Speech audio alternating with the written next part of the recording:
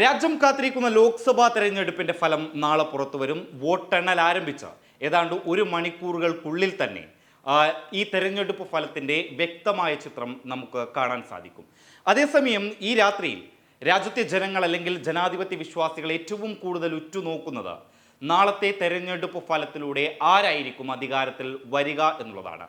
നരേന്ദ്രമോദിയുടെ കീഴിൽ മൂന്നാം തവണയും NDA അധികാരത്തിലെത്തുമോ, അതോ ഇന്ത്യ സഖ്യം നരേന്ദ്രമോദി സർക്കാരിനെ താഴെയിറക്കി അധികാരത്തിൽ വരുമോ എന്നുള്ള ഒരു പ്രസക്തമായ ചോദ്യം തന്നെയാണ് പല മനസ്സുകളിലും ഈ മണിക്കൂറിലൂടെ കടന്നു പോകുന്നത്. അതേസമയം 2 ദിവസങ്ങൾക്ക് മുമ്പ് വന്ന എക്സിറ്റ് പോൾ ഫലങ്ങൾ, ഈ എക്സിറ്റ് പോൾ ഫലങ്ങളിൽ പ്രധാനപ്പെട്ട എക്സിറ്റ് പോൾ ഫലങ്ങളൊക്കെ NDA സർക്കാർ വീണ്ടും അധികാരത്തിൽ വരും എന്ന് സൂചിപ്പിക്കുന്നത് തന്നെയായിരുന്നു. പല എക്സിറ്റ് പോളുകളുടെ ഫലങ്ങളും പറയുന്നത് 300 മുതൽ 350 വരെയുള്ള സീറ്റുകൾ NDA നേടും, 100 മുതൽ 150 സീറ്റുകളിലേക്ക് ഇന്ത്യ സഖ്യം ഒതുങ്ങുമെന്നുള്ളതാണ് പല എക്സിറ്റ് പോൾ ഫലങ്ങളും പറയുന്നത്. എന്നാൽ ഈ എക്സിറ്റ് പോൾ ഫലങ്ങളിലെ ചില പോരായ്മകളെ തുറന്നു കാണിച്ചിരിക്കുകയാണ് ആം ആദ്മി പാർട്ടിയുടെ നേതാവായിട്ടുള്ള സഞ്ജയ് സിംഗ്.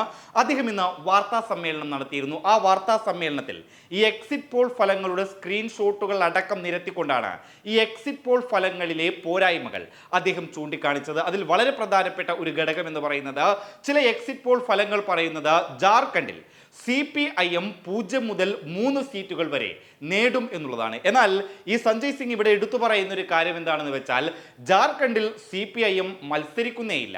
ഒരു പാർട്ടി മത്സരിക്കാത്ത സ്ഥലത്ത് എക്സിറ്റ് പോൾ ഫലങ്ങൾ എങ്ങനെയാണ് അവിടെ ആ പാർട്ടിക്ക് 3 വരെ സീറ്റുകൾ ലഭിക്കുക എന്ന് പറയുന്നത് എന്നതാണ് സഞ്ജയ് സിംഗ് ചോദിക്കുന്നത്.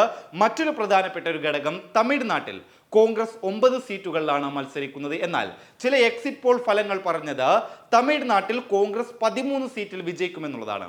9 സീറ്റുകളിൽ മത്സരിച്ച കോൺഗ്രസ് എങ്ങനെയാണ് 13 സീറ്റുകളിൽ മത്സരിക്കുക? ഇത്തരത്തിൽ ഒരുപാട് കാര്യങ്ങൾ സഞ്ജയ് സിംഗ് വളരെ വ്യക്തമായിട്ടുള്ള തെളിവുകളടക്കം അദ്ദേഹം നിരത്തിയിട്ടുണ്ട്.